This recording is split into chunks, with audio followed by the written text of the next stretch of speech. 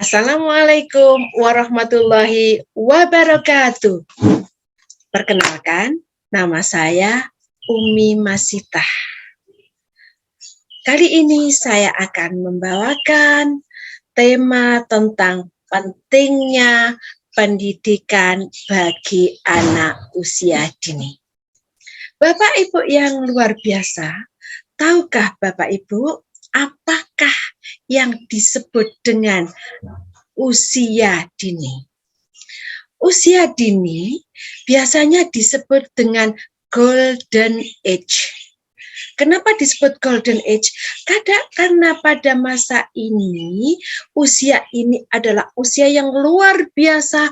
Anak dapat menerima 100% apapun yang ditangkapnya, baik dilihat, didengar.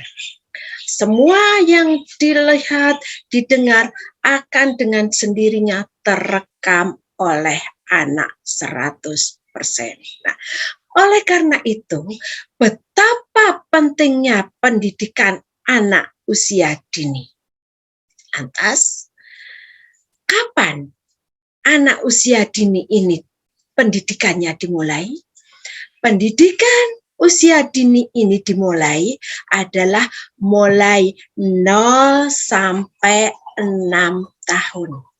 Kok 0 sampai 6 tahun? Ya, masa pranata. Sejak orang tuanya menyatu atau bertemunya sel ovum dan sel sperma, disitulah sudah terjadinya pendidikan. Nah, betapa pentingnya pendidikan ini. Bahkan sebelum menikah, pendidikan sudah dimulai. Sampai kapan golden age ini? Golden age sampai 6 tahun. Betapa luar biasanya pendidikan anak usia dini ini sangat penting. Lantas, kenapa?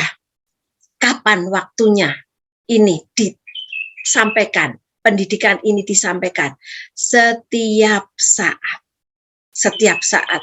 Jadi mulai masa pranatal hingga postnatal sampai usia 6 tahun. Kenapa seperti itu? Karena banyak aspek-aspek yang perlu dikembangkan untuk perkembangan anak usia dini. Aspek apakah itu? Mau tahu Bapak Ibu? Iya, ada 6 aspek perkembangan. Nah, aspek apa sajakah itu? Yang pertama adalah NAM. NAM atau kepanjangan dari nilai moral dan agama atau nilai agama dan moral ya, karena singkatannya NAM. Nah, ini sudah mulai dikembangkan sejak orang tuanya ini bertemu, ini bagaimana pendidikan agamanya, bagaimana agamanya nanti akan bisa terwariskan kepada janin, bahkan anak itu sampai usia 6 tahun yang luar biasa akan diserap 100%. Kemudian yang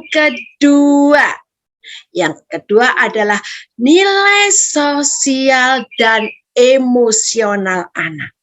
Bagaimana anak ini bisa bersosialisasi dengan baik, bagaimana anak ini bisa mengembangkan,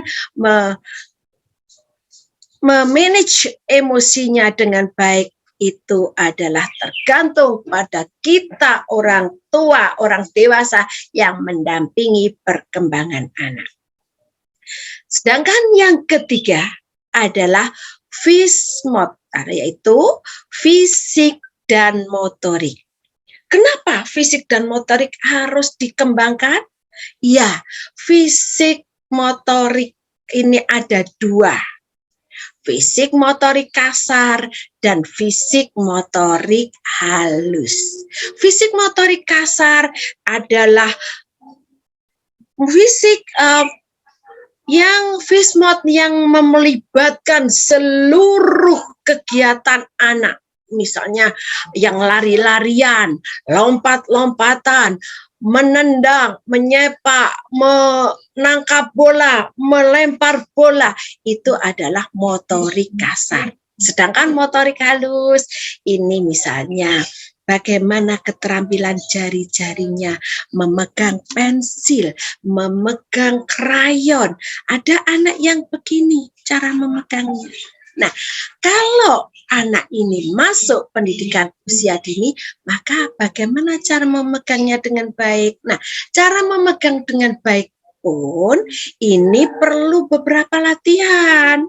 Tidak langsung semena-mena, semerta-merta anak bisa memegang dengan baik, dengan lemes seperti kita. Tidak.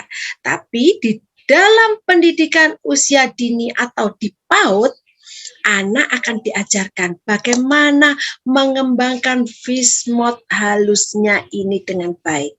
Dengan cara apa saja? Mau tahu? Misalnya, anak diajak memilih biji-bijian. Nah, pendamping dari PAUD ini akan misalnya mengumpulkan ada biji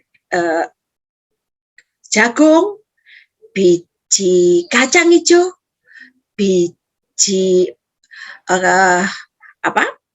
biji-bijian yang kecil-kecil itu dikumpulkan jadi satu lah. Anak akan mengambil satu persatu, memilahkan, terus mengumpulkan. Nah, ini akan ada nilai-nilai banyak yang dikembangkan, misalnya ketelitian anak, kesabaran anak, kemudian anak ini bisa membedakan, oh ini warna kacang hijau, yang hijau sendiri, kemudian biji jagung yang warna oranye sendiri, biji jagung yang warna merah sendiri. Nah, ini akan mengembangkan beberapa sikap terhadap anak. Misalnya konsepnya, anak akan tahu warna, membedakan atau mengumpulkan benda.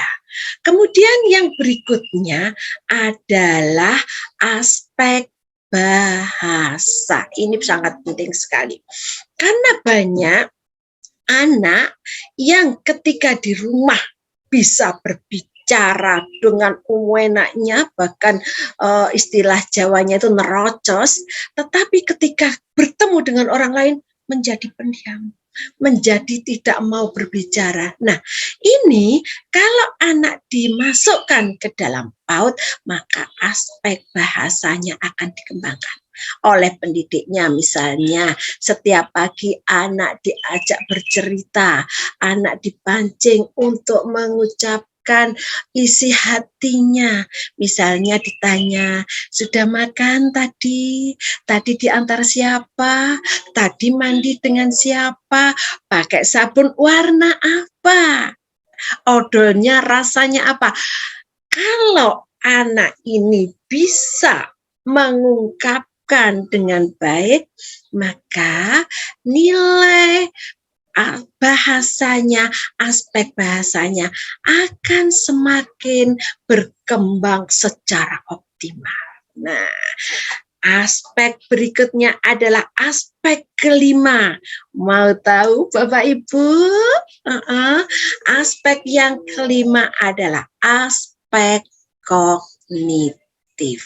Ya, aspek kognitif ini contohnya anak bisa membedakan mana yang besar, mana yang kecil, mana yang salah, mana yang benar. Ini anak bisa berpikir, oh saya tidak boleh melakukan itu.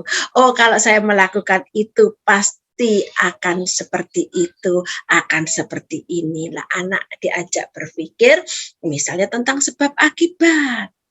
Misalnya tentang cara bergaul yang baik, ini anak berpikirnya. Nah, kemudian aspek yang keenam adalah aspek bahasa. Oh, bukan aspek bahasa, aspek seni ya. Semua orang menyukai keindahan, semua orang menyukai sesuatu yang baik, yang dianggapnya indah-indah.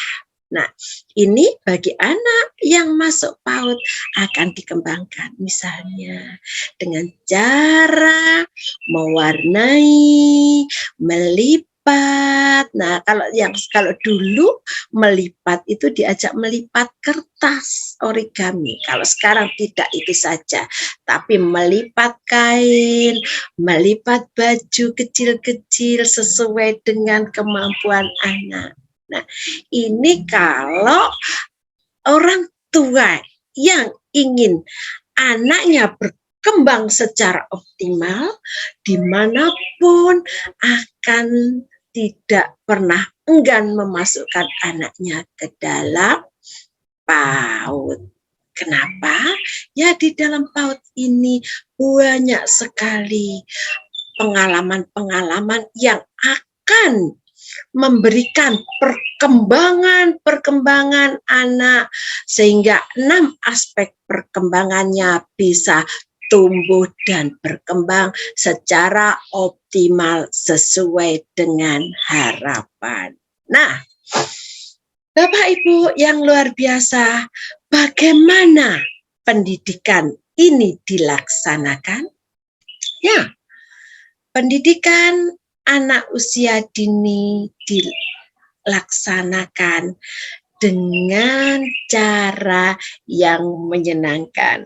Karena pada hakikatnya anak itu suka yang senang. Jangankan anak, kita saja kalau mendapati sesuatu yang menyenangkan pasti akan antusias, akan senang. Ya, anak juga begitu. Kita giring dengan cara yang menyenangkan. Kita ajak anak untuk bermain, tapi di situ mengandung nilai-nilai pembelajaran yang bisa mengembangkan ke-6 aspek perkembangannya. Ya, Bapak Ibu yang luar biasa, tentunya Bapak Ibu ingin mendapatkan pendidikan yang optimal bagi anaknya. Lantas bagaimana cara mencari lembaga pendidikan yang cocok bagi anak-anak kita? Nah, di situ Bapak Ibu bisa melihat bagaimana lembaga tersebut memberikan layanan. Misalnya, layanan kesehatannya bagaimana? Apakah dia ada kerjasama dengan puskesmas, dengan bidan desa, atau yang lain? Sehingga kalau terjadi sesuatu dengan anak kita, kita mudah menanganinya. Terus bagaimana kerjasamanya dengan yang lain, misalnya dengan desa, nah, dengan wilayah setempat. Nah, kemudian bagaimana keamanannya, bagaimana layanan gizinya, bagaimana layanan yang lain.